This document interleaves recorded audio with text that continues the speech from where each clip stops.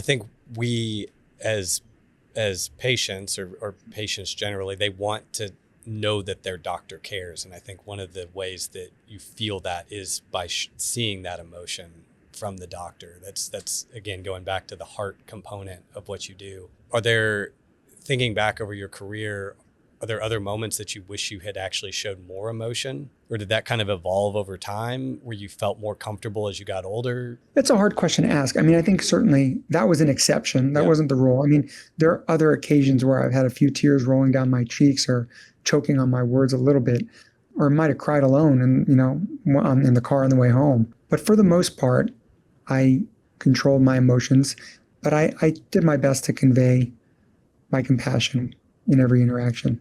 I didn't get it perfectly all the time. Yeah. One of the things that you talk about in the book, and I think that this is an important message for people that are thinking about being doctors or in residency, is managing that work-life balance. And that's something that you were cognizant of even as you were going through residency and fellowship and thinking about what does the life of a surgeon really look like. And so maybe start by describing what it's like to be on call all the time, get phone calls in the middle of the night, and then how you manage to balance work and life.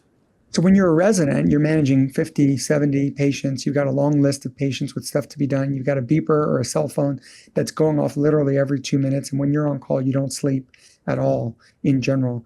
Back in the good old days when I did residency, before the era of work hour restrictions, you would then work the next day as if you weren't up all night the next night. And, sometimes a few nights in a row, as I describe in the book. It was kind of crazy, but I was crazy and I loved it. I loved the meaning of what I was doing. I loved learning to do surgeries. As an attending, once you're finished with your training, the nights, you still get called and you sometimes have to go in the middle of the night and do surgeries and work the next day. It's not as hard as it is to be a resident, but it's not an easy life.